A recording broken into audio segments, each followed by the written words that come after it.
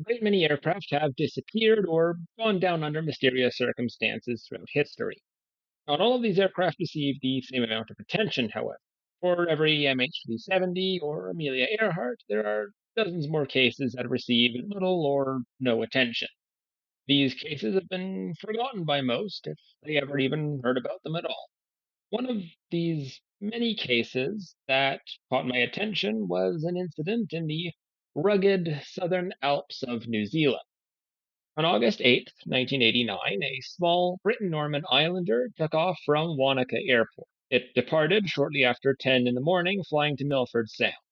Instead, a search helicopter would find its remains on the side of a valley near the Curzon Glacier later that afternoon. The reason as to why has never been determined. And today I want to take a closer look at this forgotten mystery. The islander that crashed on August 8th was registered Zulu Kilo Echo Victor Kilo and belonged to Aspiring Air, a small airline that performed passenger and sightseeing flights out of Wanaka with an apparently spotless record since its founding. Zulu Kilo Echo Victor Kilo, which for simplicity's sake we will refer to as Victor Kilo for the rest of this video, was manufactured in 1977. It spent most of its career in Alaska, but was sold to Aspiring Air in 1988. Victor Kilo was one of two islanders belonging to Aspiring Air, the other being Zulu Kilo Echo Victor Oscar, which we will refer to as Victor Oscar for the rest of this video. On the morning of August 8th, Victor Kilo performed a passenger flight from Wanaka to Queenstown, leaving at 8:20 and arriving at 8:43. The aircraft returned to Wanaka at 9:43. There was nothing unusual about either of these flights.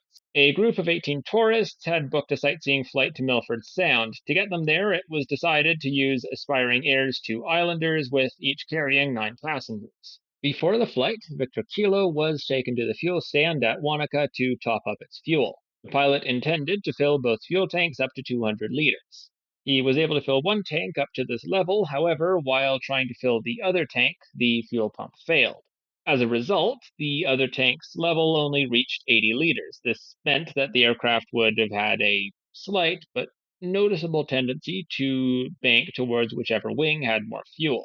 Of greater note was the additional challenge this would have added to fuel management.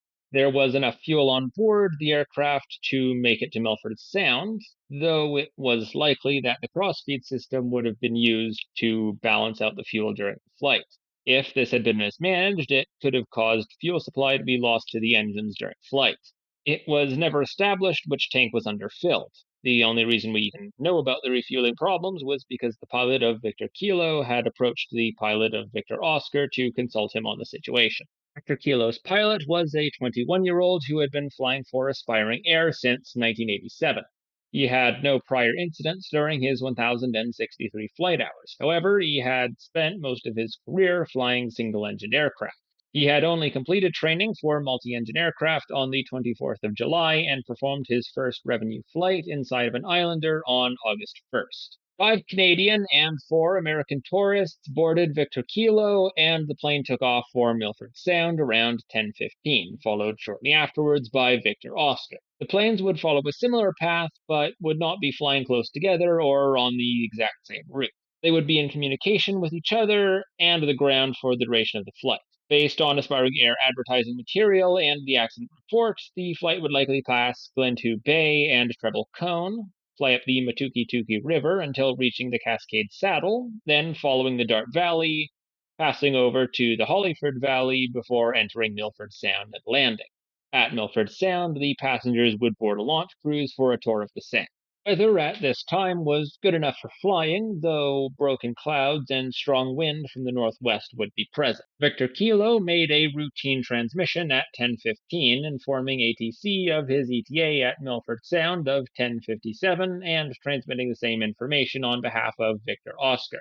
Victor Kilo would be about 2 to 3 minutes ahead of Victor Oscar for the duration of the flight. Victor Oscar's pilot would last see Victor Kilo while it was above Phoebe Creek. Victor Oscar would subsequently climb to 9,000 feet prior to reaching the Dart Valley and possibly took a more direct route, though that is not entirely clear. Based on a pair of photographs recovered from a camera discovered later, Victor Kilo appears to have stayed low at 5,500 feet. Around 10:33, after passing over the Cascade Glacier, Victor Kilo contacted Victor Oscar. During this communication, the pilot of Victor Kilo gave his position as being down the Dart River, 5 miles from the Dart Glacier. He stated that he was going to begin climbing to 9,000 feet. This was the last known contact with Victor Kilo.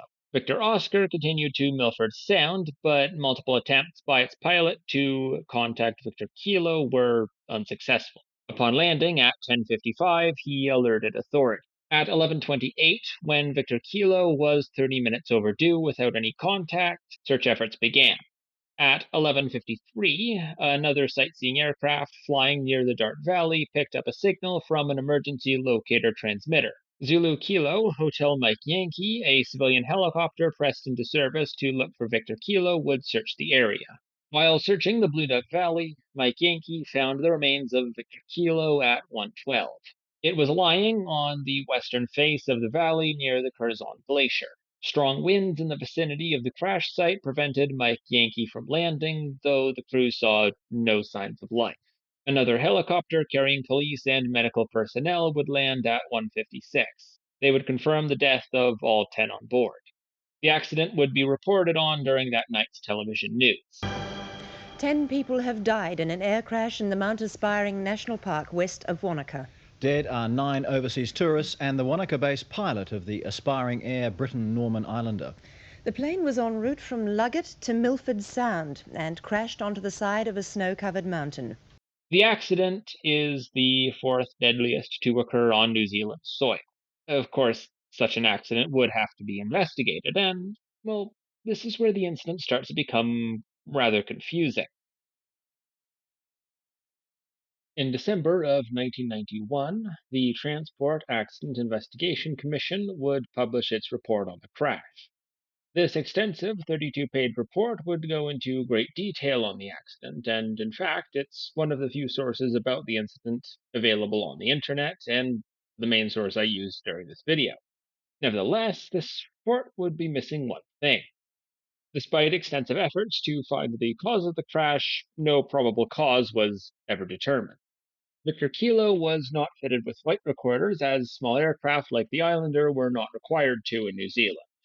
There were no witnesses on the ground to provide any useful information. The only serious evidence available to the investigation was the wreckage of Victor Kilo. And the wreckage of Victor Kilo was not going to give up its secrets easily. The plane had come down on a steep, snow-covered slope. The plane had destabilized snow, and it was feared that an avalanche would occur during the initial recovery efforts. Control bomb was set off on the slope above the wreckage, which was located at 5,400 feet. The subsequent avalanche would push the wreckage up to 1,200 feet down the slope, damaging and concealing much of the wreckage. Given the mountainous terrain in the area, it at first seems reasonable that the aircraft may have simply flown into the western face of the Blue Duck Valley. Closer examination of the wreckage appears to contradict this, however. Examination of the wings shows that the left wing had impacted the terrain first. Furthermore, the aircraft was banked sharply to the left, possibly exceeding 90 degrees. The plane's nose was facing south or southwest towards the Dart Valley at the time of impact, and is believed to have not suffered any structural breakup before then. Additionally, the plane impacted the slope at 5,400 feet, while a photograph from one of the passenger's cameras appeared to show the aircraft to be at around 5,500 feet around 2 minutes before impact. The report estimated the plane crashed at 10:35. An illustration from the report shows the possible track the aircraft may have taken during its final minutes. During his last transmission, the pilot of Victor Kilo stated his intention to climb to 9,000 feet. In order to fly over the western slope of the Blue Duck Valley in the area in which Victor Kilo crashed, the aircraft would have needed to reach at least 6,000 feet. Climbing 500 feet in 2 minutes is well within the capabilities of the Islander. There were clouds in the area, though it seems doubtful that they would have been able to conceal the approaching slope. Victor Kilo's pilot had performed 93 flights to Milford Sound and should have been well aware of the terrain in the area. Things get even more confusing when analyzing the engines. The engines were badly damaged in the crash and subsequent tumble down the slope, but analysis of the engines and propeller assemblies appeared to show that they were running at the time of impact, though the damage done to the engines prevented this from being definitively proven. One possible detail that appears to contradict this is the left engine gascolator, which was found to have had no fuel inside of it. The report does not make it clear if the gascolator was broken open during impact or if the gascolator was intact and empty. The latter would mean that the left engine could not have been operating. Another possibly unusual detail came from the analysis of the engine exhaust. It appeared as though the exhaust gas temperature was lower than would be expected, possibly suggesting that the engines were producing less power than would be expected, or perhaps no power at the time of impact. Though the report is rather vague on this issue, and I can't say for certain whether this is unusual. The damage done to the wreckage severely hindered any further investigation. Some key components were not found, while others were stuck in deep crevices where they could not be recovered. Autopsies of the pilot and passengers found nothing of note, and all appeared to be alive at the time of the crash and were killed on impact. The investigation would suggest some possible causes. Downdrafts may have pushed the aircraft down into the valley and into danger. The plane may have stalled while attempting to avoid terrain. The pilot, who was new to the islander, may have made some sort of mistake. The aircraft may have suffered some sort of mechanical failure. For reasons previously stated above, it cannot be said what brought an ordinary sightseeing flight to a sudden and violent end on the side of a remote valley. What I can say with some confidence, however, is why the Curzon mystery is forgotten. While watching the video from Fjordland on YouTube, containing various television news segments shortly after the crash, one of the presenters mentioned something about ongoing political events. Good evening. A serious air crash in a remote part of Fjordland has overshadowed the major political events of the day. A bit of research into New Zealand's political history reveals the event being referred to. The day before the crash, New Zealand's Prime Minister, David Lange, announced his intention to resign due to conflict with other members of his party. He officially resigned on the morning of the 8th, and members of the government would then meet to choose a new Prime Minister. This meeting began at 10:30, mere minutes before Victor Kilo met its unknown demise. All eyes were on the halls of government in Wellington rather than on the rocky slope of an obscure valley in the opposite end of the country. Possibly contributing were a number of other aviation accidents in New Zealand which had occurred earlier that year. In the chaos of 1989, New Zealand appears to have simply forgotten Victor Kilo. And in all likelihood, this is a mystery that will never be solved, and certainly won't be solved by some guy with his YouTube video. My hope is that this forgotten mystery will be better remembered in the future. This is my first YouTube video discussing aviation incidents, though it wasn't the first that I had intended to make. I have a mostly finished script for a far more detailed analysis of the Curzon mystery. At the moment, it's sitting at over 12,000 words, and will almost certainly grow larger, especially given a few details that I discovered while preparing this video. This script goes into much further detail on the incident. I will explore various theories and test them in a flight simulator, and I also explore other accidents in the region, which actually shed a great deal of light on the events of August 8th. Enough light, in fact, that I think I was able to narrow it down to a couple of credible theories, but I will leave those for the proper video. When I attempted to start the video, I was quite disappointed with the quality of the voice recording and did not think that I had the necessary skills to do the video justice. I had intended for it to come out on August 8th, 2024, the 35th anniversary of the crash, but that date would pass long before I was able to do the video properly. This is one of 5 similar videos that I have in some stage of completion. These videos will cover other mysterious and obscure aviation incidents.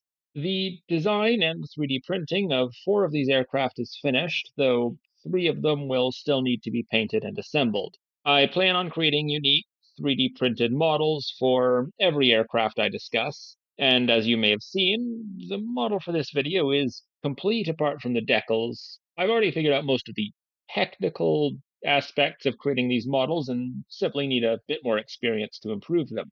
My main issue at this point is simply a lack of knowledge when it comes to video editing. I plan to remedy this by making a few smaller videos discussing these other incidents before going back and creating more worthy videos that give these cases the attention they deserve. For now, however, I have a few partially completed models to finish and some new videos to make. I hope you have enjoyed this rather amateurish video, and I will stick around for those.